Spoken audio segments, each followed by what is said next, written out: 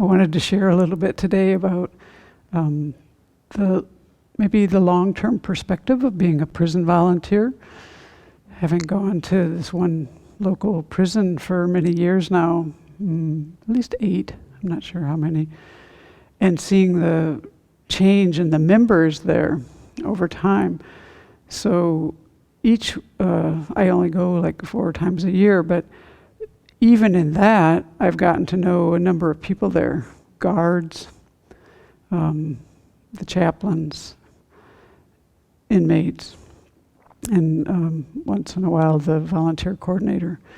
And also, there are many, the building I go to there is a religious activities building, and so many people from different faiths come together there, including volunteers and inmates.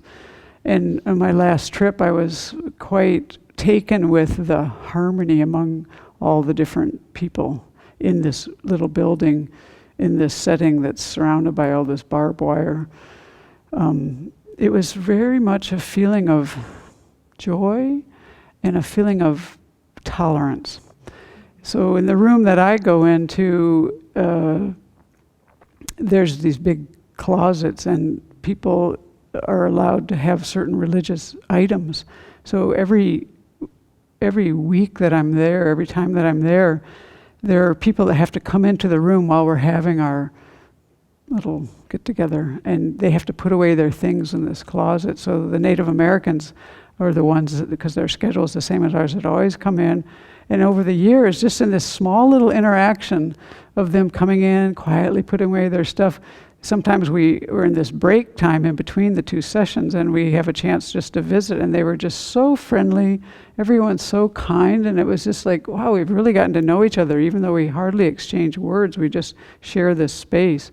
And then the guard who was there is always the same guard, always so kind. This particular last visit, there was a little delay in all of us getting together, because that happens, and when something's happening, nobody can move around, but some people are there and some people aren't, and so we're with this one guard who we're with every time, and he was just so friendly and so careful about taking care of things. I was just so impressed with that. And also there was this big sense of joy, because I never knew they had this big thing in there where you can do a baptism. And they were one of the groups was going to have a baptism, so he was getting that together, and then the chaplain was getting that together, and I'd never known what this thing was before.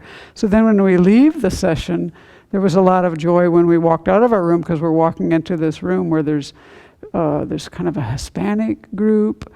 I think their services are all led in Spanish, and there's this other group, and there's a small Jewish group, and all these volunteers and inmates who are always kind of coming together when we're leaving again. And this time there's this big baptismal, and there's water all over the floor, and everybody is very happy, and they had extra guests there, volunteers who had come, and even that, for me, that was a big lesson, because sometimes I just stand off a little bit from the other volunteers and wait for them to come to me, because I don't know, some of them I feel are from quite a conservative religious group, and I'm not sure how they take all these clothes and this and that, but they had a guest there with them this time, and it was just such a lesson for me. He just comes straight at me with his hand out, and like wanted to shake your hand, and so glad you're here, and it was like, wow, this is what I should be doing. So I've learned probably more than the inmates by going, and I think probably the guard and the chaplain, you might be able to say that for too. I think all of us who go there are learning a lot, and it's really a joyful thing to have everyone, there's this part of even though we're from all these different traditions, from the volunteers, the inmates, and everyone, we all come for this moment in time where we can kind of share deeply what's moving us in our lives, and something that's taking us forward in a positive direction. So the positive energy sometimes can just flow out.